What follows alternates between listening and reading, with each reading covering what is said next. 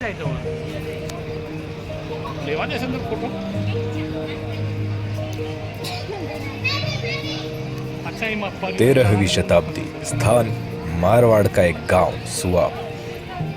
भगवती श्री करणी जी के जन्म के पश्चात उन्होंने बाल्यकाल में कई अलौकिक चमत्कार किए और जन कल्याण किया।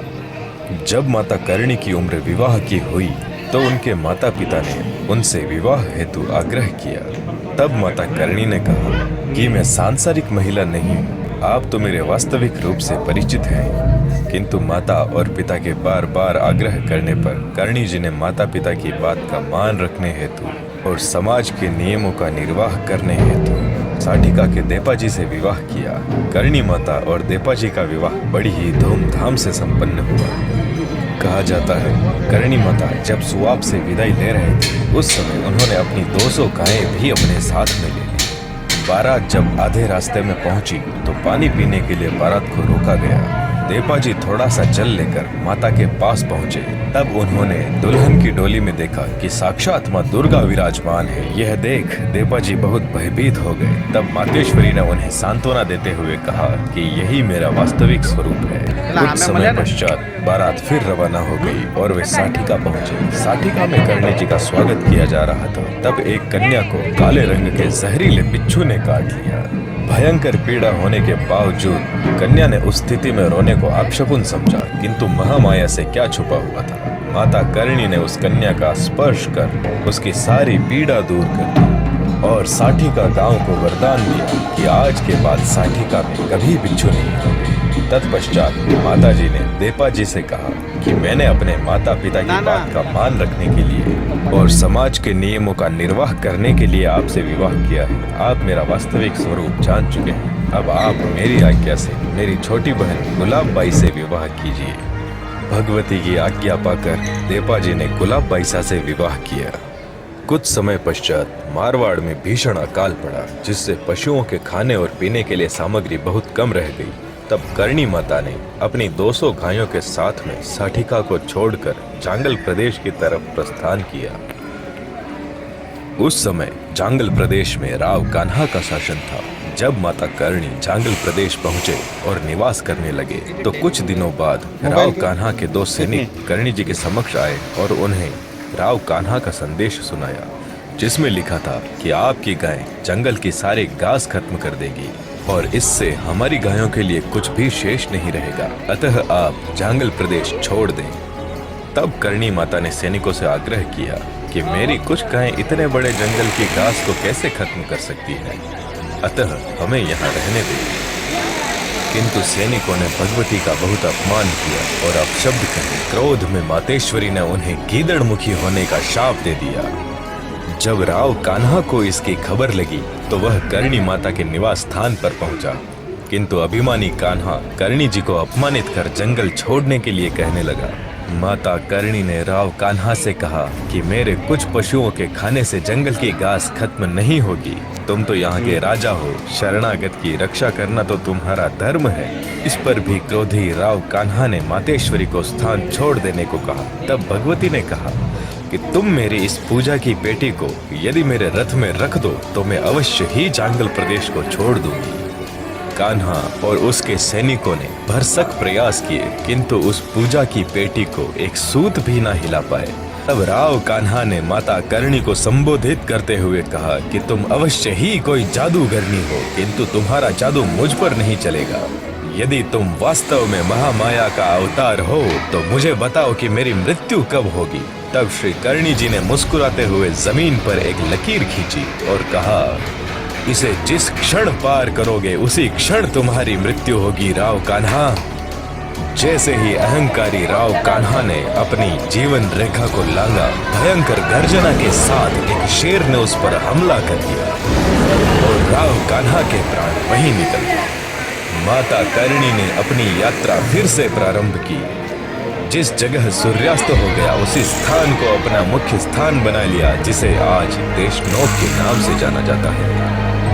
राव कान्हा की मृत्यु के बाद भगवती ने रिडमल को जांगल प्रदेश का राजा घोषित कर दिया और उनका राज तिलक कर दिया। समय बीतता गया और एक बार श्री करणी जी की बहन गुलाब बाईसा के पुत्र लाखन की कोलायत झील में डूबने से मृत्यु हो गई। जब माता करणी को इस बात की सूचना मिली तो माता करणी भयंकर क्रोध में आ गए। उन्होंने स्वयं यमराज को पृथ्वी लोक पर बुला लिया और उनसे कहा कि आप मेरे पुत्र को ले जा नहीं सकते। तब यमराज ने भगवती से हाथ जोड़कर याचना की कि माँ, आप जो करने जा रहे हैं वह प्रकृति के नियमों के विरुद्ध होगा।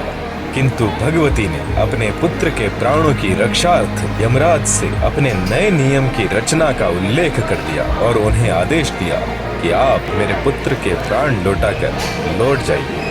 आज के बाद मेरा कोई पुत्र यमलोक नहीं जाएगा। जब उसकी मृत्यु होगी तब वह काबा अर्थात चूहा बनकर मेरे ही आश्रय में रहेगा और जब काबे की मृत्यु होगी तब वह पुनः मानव रूप में मेरा पुत्र बनेगा और चारण कुल में उसका जन्म होगा।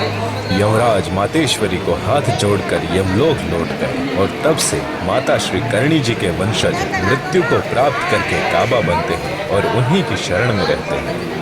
वर्तमान समय में भी अनेकों काबे देशनोक के मन में देखे जा सकते हैं। समय बीतता गया और माता करणी ने राव जोधा का राज तिलक करवाया, जगड़ू शाह के जहाज को डूबने से बचाया। इसी प्रकार माता करणी लोगों के जीवन में सुख शांति के फूल खिलाते गए। संवत 1511 में देपा जी का देहावसान हो गया। एक समय की बात है, राव करणी करणी जग कहे करणी दुख हजार तू तपे मेहा तणी आई नोधारानो आधार।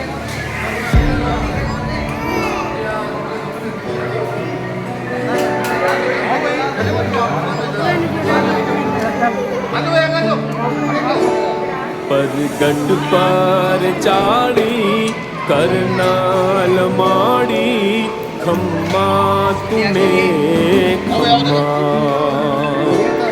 परगट पर चाड़ी करनाल माड़ी खम्मा तूने खम्मा।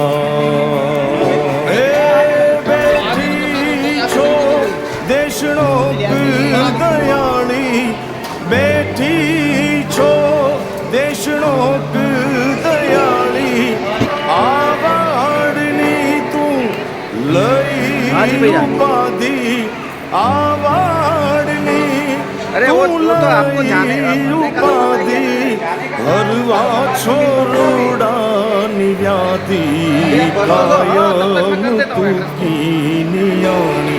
परगट पर जानी करनाल माड़ी खम्मा तूने खम्मा। परगट पर जानी करनाल माड़ी खम्मा तूने खम्मा।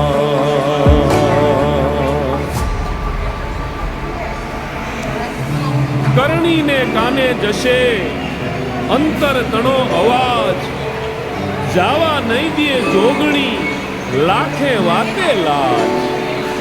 यमदेव से लाखन छुड़ायो यमदेव से लाखन छुड़ायो राव से खा मुल्तान से लायो राव से खा मुल्तान से लायो। गर्व काना को हरायो मैया देव दाढ़ानी।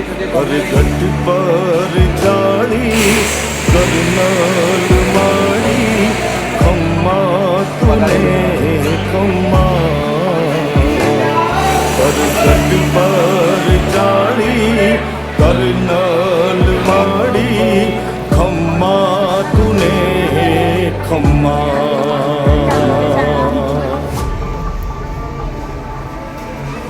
करणी ने आगे करी प्रथम धरिए पांव पछी वेरी वशियल वाग वरू दुश्मन करे न घाव। बीका जी पे बैर बढ़ेरो बीका जी पे बैर बढ़ेरो करनाल करनाल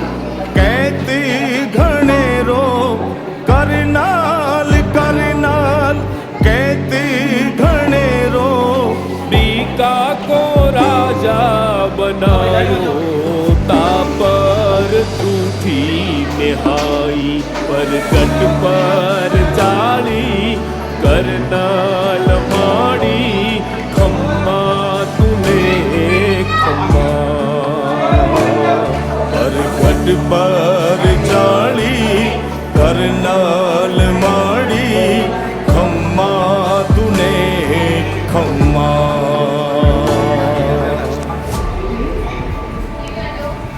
रना बना तरु जंखरा गढ़ा मढ़ा सुन गल जिया हो यांथी आवजो मारो साध सुनी कर्नल देवल रिधी केवी दयाली देवल रिधी केवी दयाली हरदम हरदम हे तू हे ताली हरदम हरदम हे तू हे ताली दे पाजी को कुल दिपायो करनी की करुणाई परगट पर जानी करनाल माड़ी खम्मा तूने खम्मा।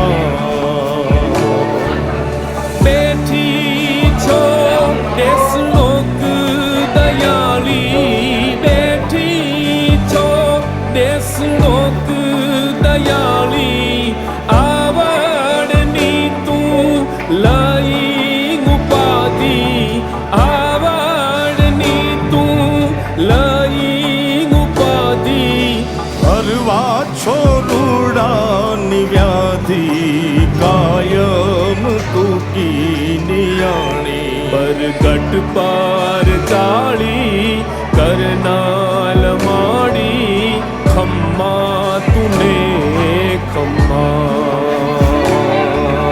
खम्मा तूने खम्मा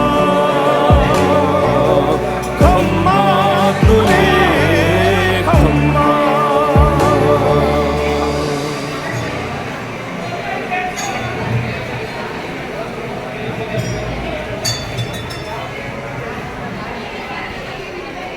माँ, मास्टर जी ने क्या कहा? मास्टर जी ने कहा कि तू पढ़ाई में बहुत तेज है, इतना कि तुझे स्कूल जाने की ही जरूरत नहीं। तुम तो मास्टर जी से भी तेज हो। मैं मास्टर जी से भी तेज हूँ।